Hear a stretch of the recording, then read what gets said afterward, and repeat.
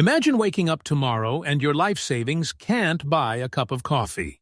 Not because the stock market crashed, not because your bank failed, but because the dollar itself just stopped working.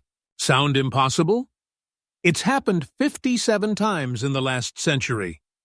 Argentina, 5 times. Germany, twice. Venezuela, right now. And the Americans who saw it coming? They didn't just survive. They built generational wealth while everyone else lost everything. Today, I'm going to show you the exact assets they used. But first, you need to understand the one thing every collapsing government does before the end. Here's what most people don't understand about currency collapse. It's not random. It's not bad luck. It follows a script that's been performed hundreds of times throughout history. When governments get desperate for money, they have exactly 3 options. Option 1, tax everything. But there's a limit. Push too hard and people stop working. They revolt. They leave. Option 2, seize what you own. Take your property, your gold, your bank account. FDR did this in 1933 with Executive Order 6102, made it illegal for Americans to own gold. And yes, it can happen again. Option 3, print money. This is the quiet one, the invisible one, and it's the one they choose almost every single time. Why? Because most people don't notice until it's too late. In 1913, you could buy a tailored suit for $15. That same $15 today, it might get you a cheap t-shirt. The suit didn't get more valuable. The dollar got destroyed. Slowly, quietly, by design. Since 1971, when Nixon took us off the gold standard, the dollar has lost 87% of its purchasing power. And that's the official number. But here's the thing. Slow inflation is manageable. You adjust. You get raises. You plan. The real danger is when it accelerates. When the government can't stop printing. When inflation becomes hyperinflation. And when that happens, there's a brutal sorting of winners and losers. Let me tell you a story that explains everything. Germany, 1922. 2 men lived next door to each other in Berlin. Both worked their whole lives. Both saved diligently. Both considered themselves financially secure. The first man, Friedrich, is a government clerk. He's got a pension, life insurance, and 100,000 marks in the bank.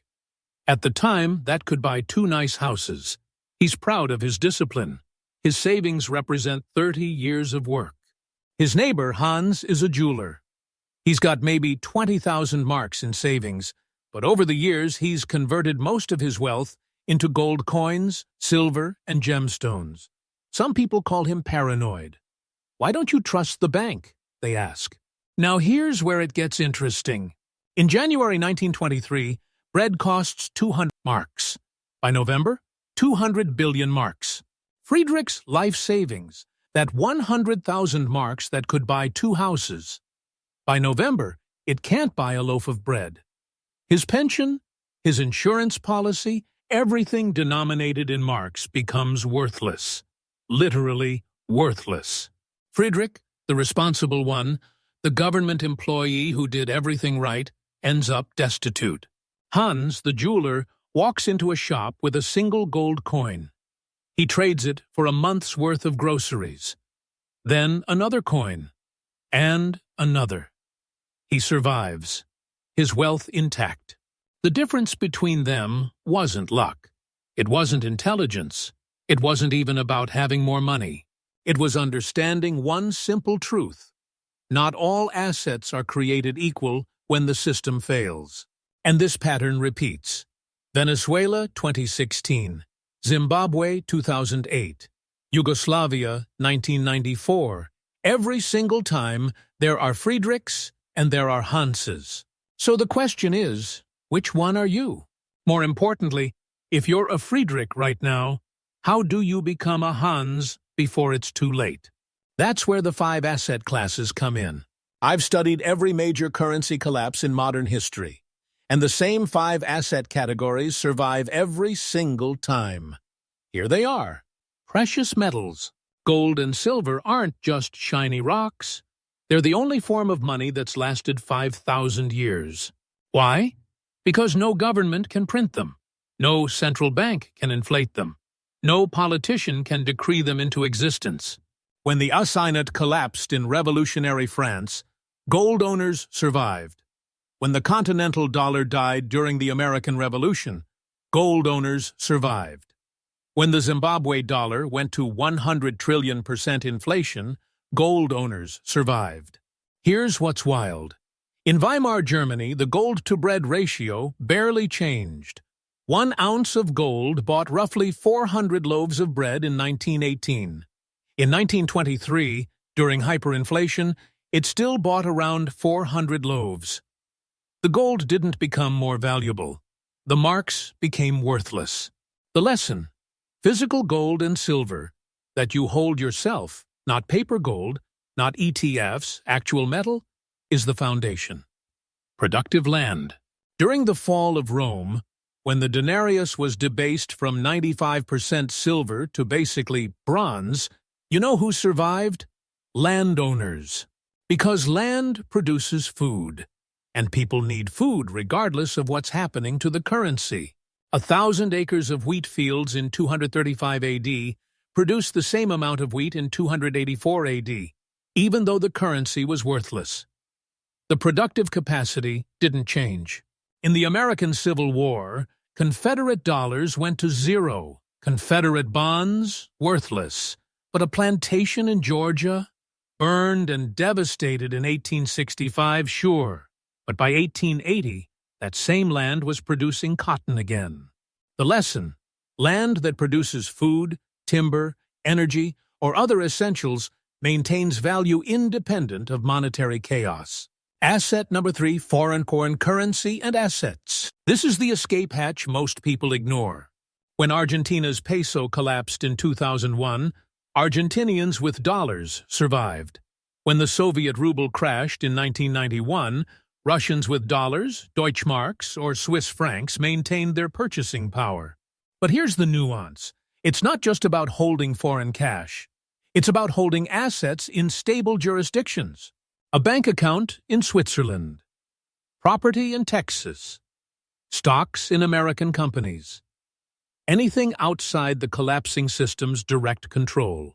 During Zimbabwe's hyperinflation, farmers who grew tobacco could sell it internationally for US dollars.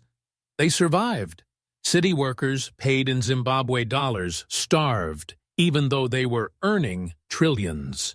The lesson: your wealth needs to exist in multiple jurisdictions, not just multiple assets. Skills and human capital. This is the asset nobody can confiscate and inflation can't destroy. In Germany during hyperinflation, plumbers, electricians, doctors, and mechanics could barter their skills for food. A government bureaucrat with no practical skills? Worthless, even if he was paid billions of marks. In Venezuela today, software developers who can work remotely for American companies earn dollars while their neighbors starve on bolivar salaries. Your ability to create value that's marketable beyond your local economy is perhaps the most portable asset you can have. The lesson: invest in skills that create value regardless of the currency you're paid in. Operating businesses. This is the most sophisticated but potentially the most powerful. A business that produces goods or services can adjust its prices daily. During Weimar hyperinflation, factory owners survived because they could reprice their products every morning. But not just any business.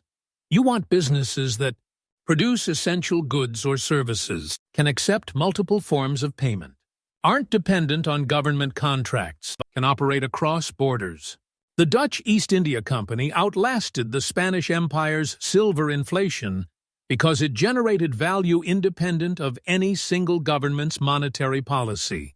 The lesson: productive assets that can adapt to currency chaos outperform passive investments. Now here's what I need you to understand. I'm not saying the dollar is collapsing tomorrow. I'm not selling you gold. I'm not fear-mongering. What I'm saying is this: the patterns are consistent, the playbook is predictable, And the gap between those who prepare and those who don't creates permanent wealth transfers. The German middle class was destroyed in 1923, not because they were lazy or stupid, but because their wealth was denominated entirely in marks. Savings accounts, pensions, bonds, all of it, gone. The people who survived weren't smarter. They just held different assets. Look at your financial life right now. Where's your wealth? If it's 100% in dollar-denominated assets, 401ks, savings accounts, bonds, you're Friedrich. If you've got precious metals you hold yourself, productive land, foreign assets, valuable skills, and businesses that generate real value, you're Hans. The difference between them, in 1923, was life and death. The beautiful thing about understanding these patterns is that you don't need to predict when the crisis comes. You just need to be positioned correctly before the majority realizes what's happening.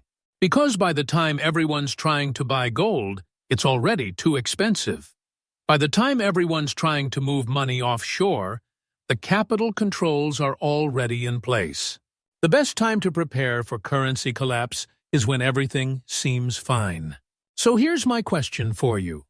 Which of these 5 assets are you strongest in? And which one do you need to focus on next? Drop a comment below. And if this video changed how you think about wealth, share it with someone who needs to hear it. Because the difference between surviving and thriving during the next crisis isn't luck. It's understanding patterns that most people don't see until it's too late. Thanks for watching. I'll see you in the next one.